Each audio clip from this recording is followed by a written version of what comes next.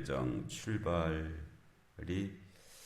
얼마 있다가 떠나 갈라디아와 부르기아 땅을 차례로 다니며 이제 모든 제자들을 굳건하게 하니라라고 되어 있어요. 그래서 바울이 일단 수리아 안디옥에서 출발해서 간 곳은 이제 갈라디아 지역, 부르기아 지역, 이 지역으로 간 것으로 여겨지는데, 이제 갈라디아가 이제 비시디아, 안디옥, 이고니온, 루스드라, 더베, 우리가 알고 있는 지명들은 그렇습니다.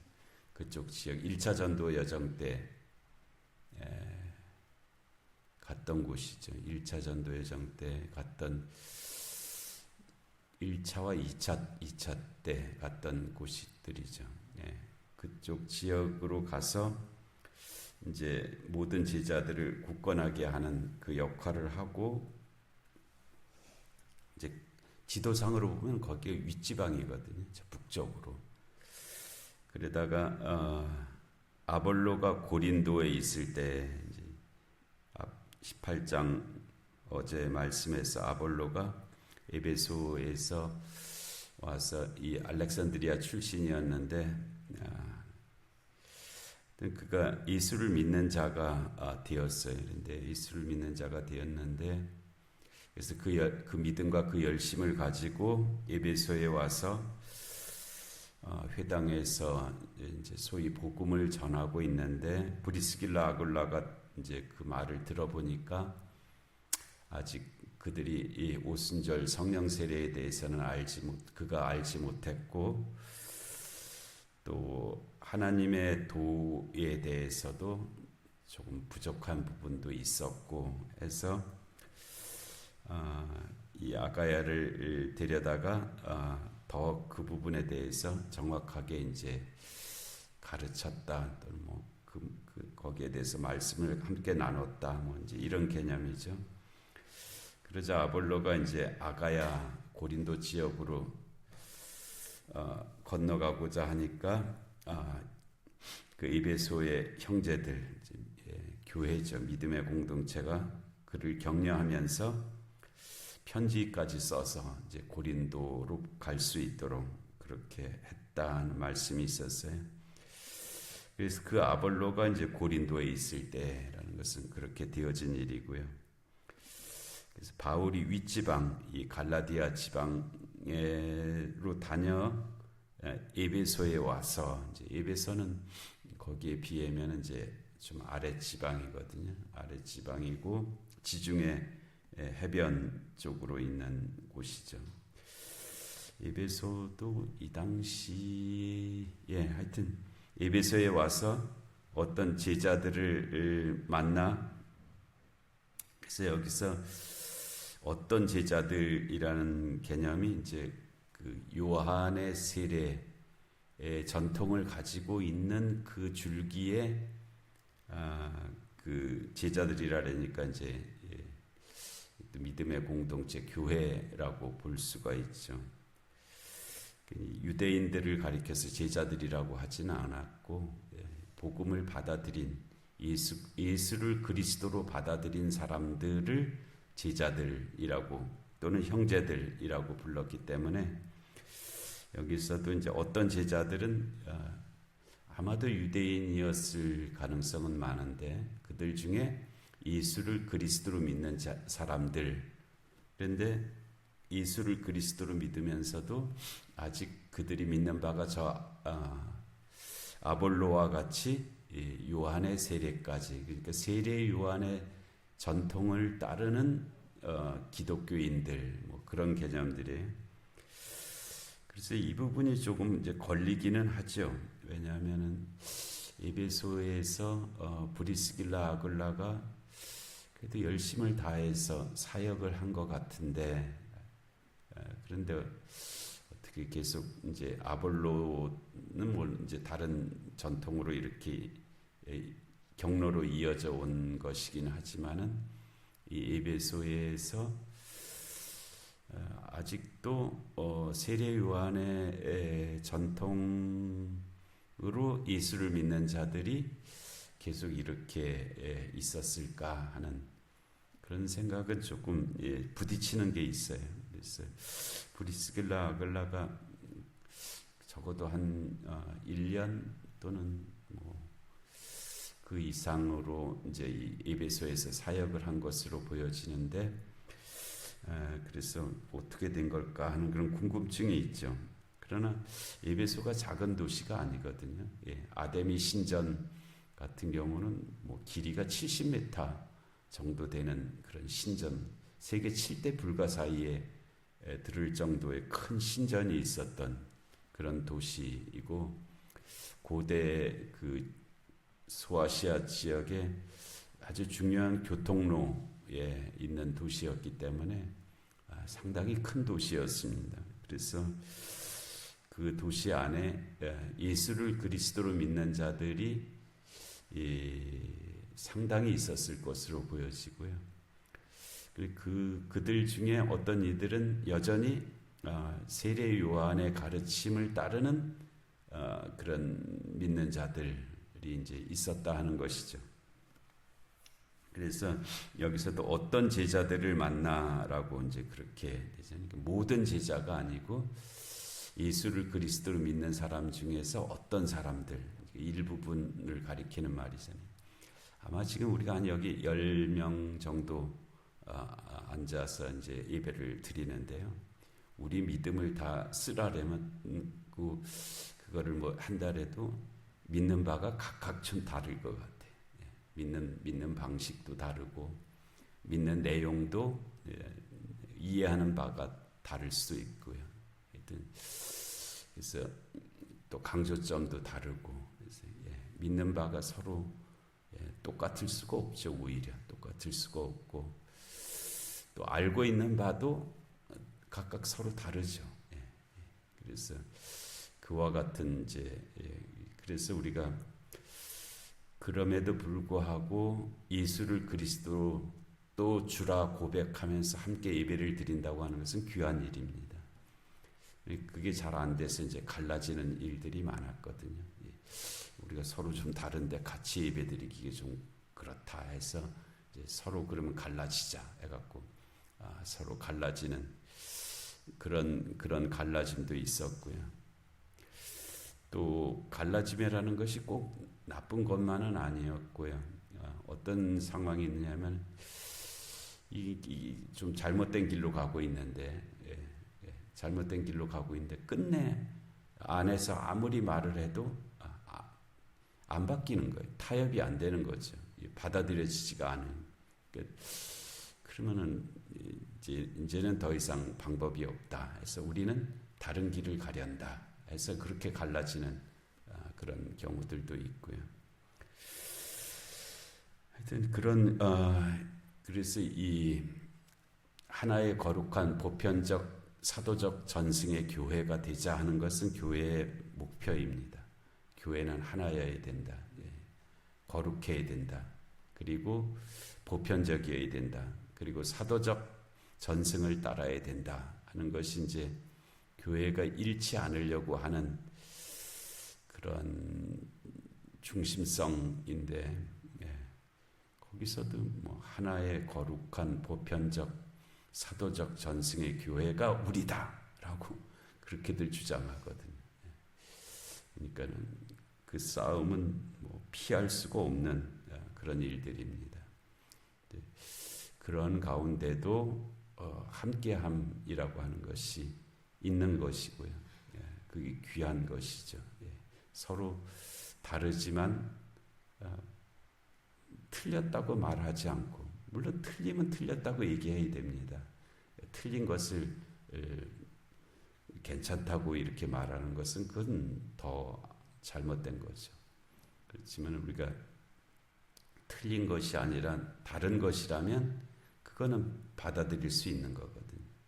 그래서 함께 할 수 있는 그런 공통의 기반이 될 수가 있는 그런 부분들이고요.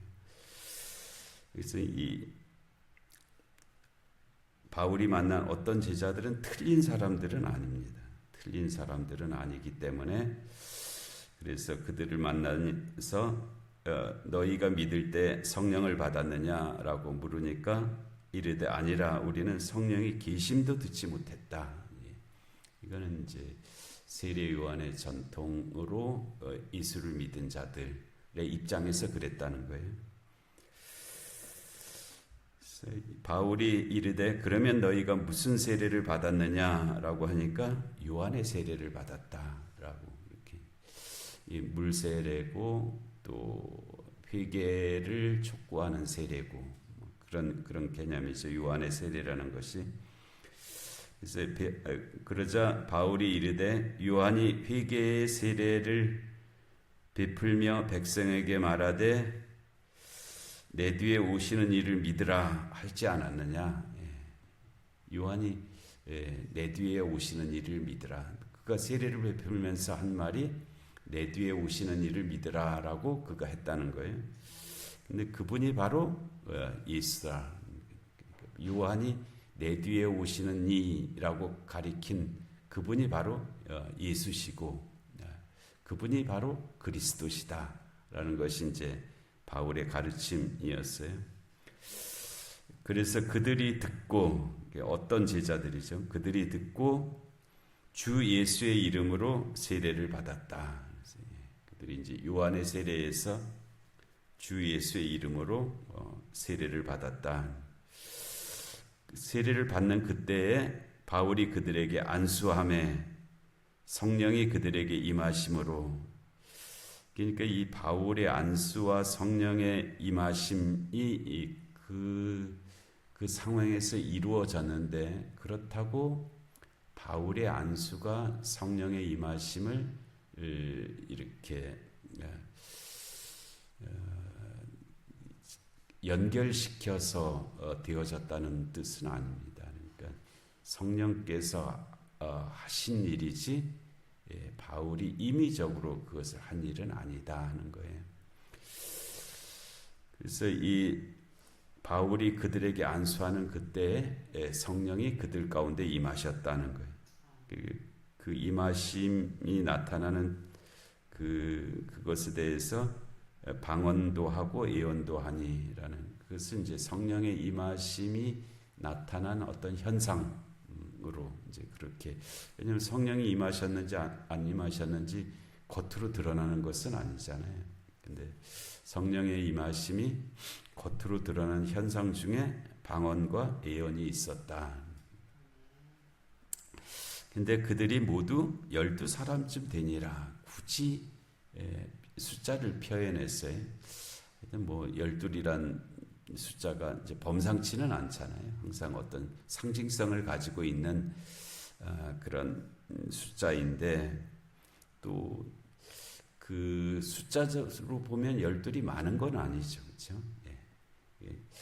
그 에베소에 뭐 엄청난 사람들이 그렇게 됐다라는 것은 아니고, 그냥 12사람은 아주 지금 우리가 앉아 있는 정도의 숫자이니까 그러했다 하는 것을 알 수가 있습니다. 그렇지만 이 12은 또 이제 완전을 향해서 나아가는 그런 숫자적 개념이죠. 그래서 12지파, 뭐 12제자, 뭐 이런 열에다가 둘이 더해진 거니까요.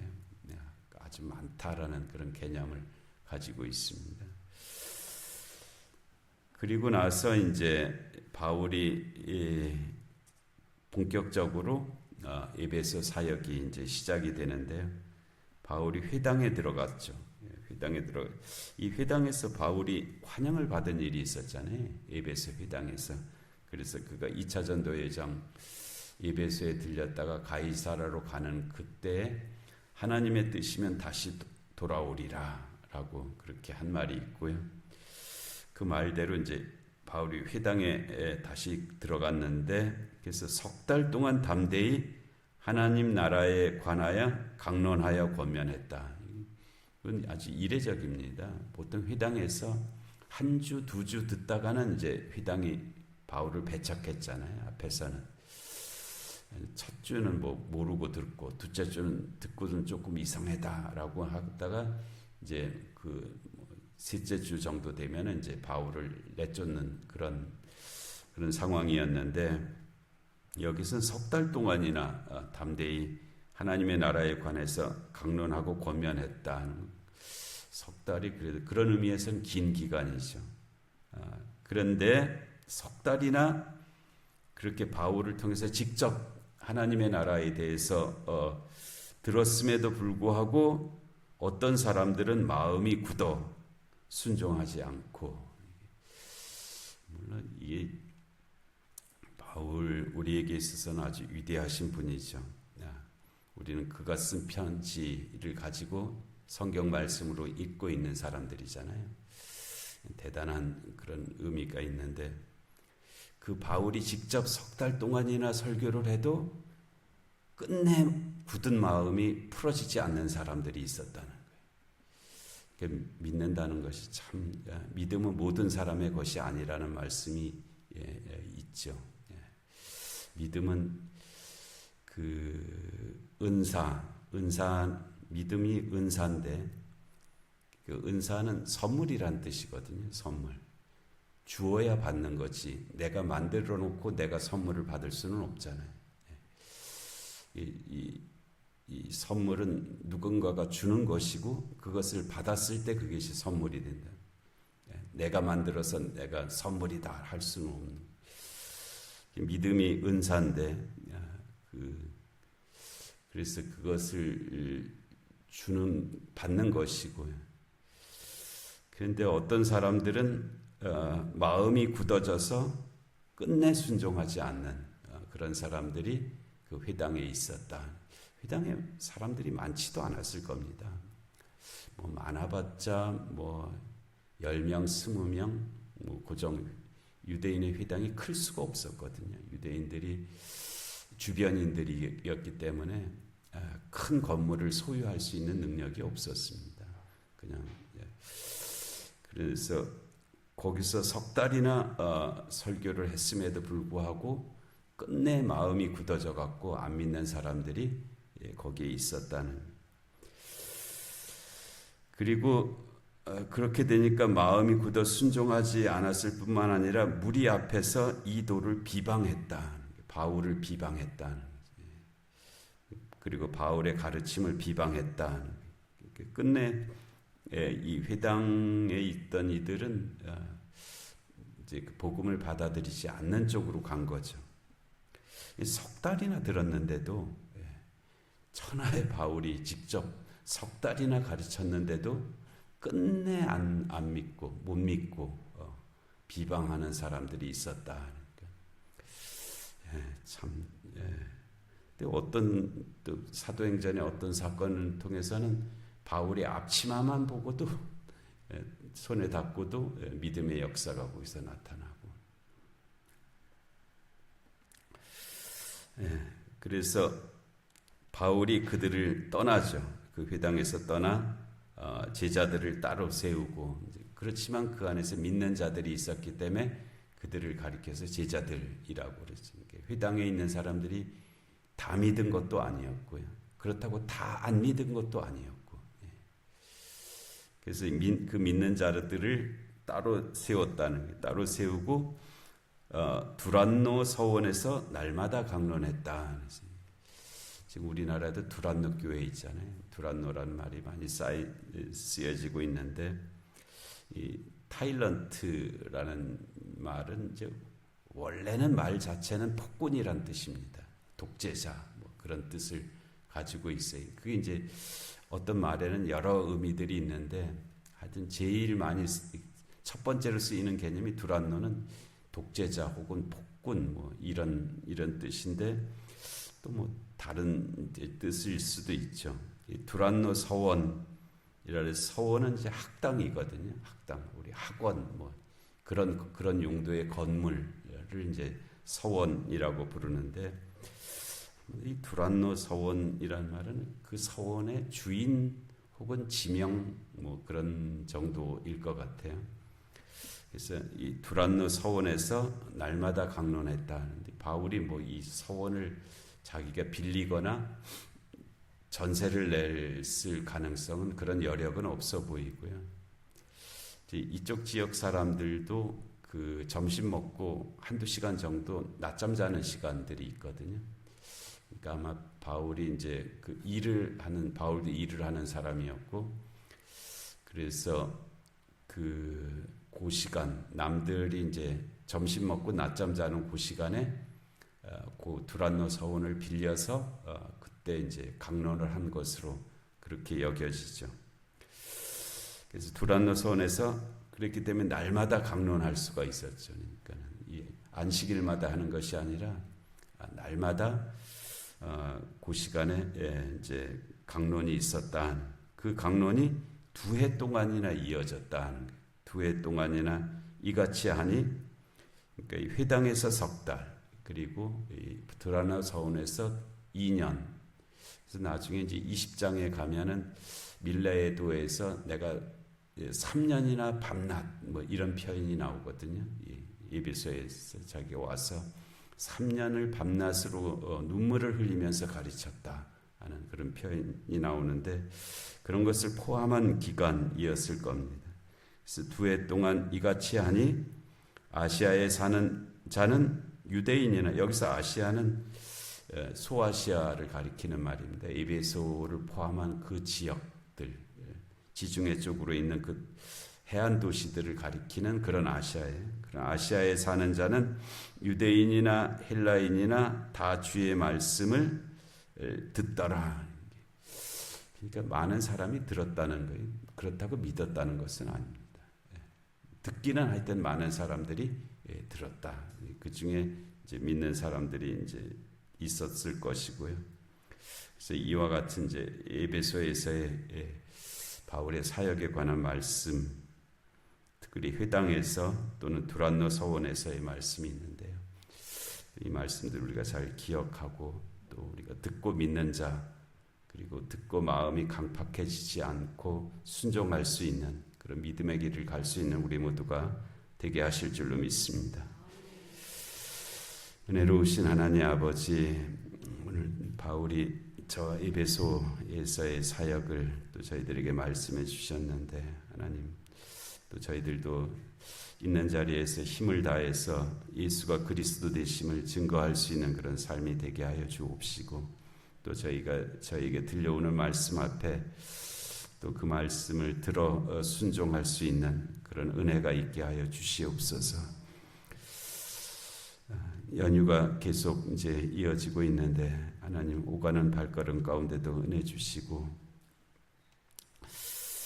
또 그러나 다가오는 첫 주일은 또 성찬 주일이고, 또 아동부와 교육부서 연합해서 드리는 예배이오니 하나님 이 예배도 정성껏 준비하게 하시고, 또 이 예배를 통해서 내리시는 주의 은혜 가운데 저희들이 모두 참여할 수 있는 그런 은총이 있게 하여 주시옵소서. 영육간에 공고한 하나님들을 긍휼히 여겨 주옵시고, 이 나라 이 민족 가운데 주님의 공의와 정의가 임하게 하여 주옵시고, 전쟁과 기근과 질병과 재난의 땅들 가운데 또 이 명절에 더 외롭고 또 고통스러운 이들 가운데도 주의 긍휼하심이 함께하여 주시옵소서. 이 새벽 기도 가운데도 은혜 내려 주시기를 간절히 비옵고 예수님의 이름으로 기도하옵나이다. 아멘.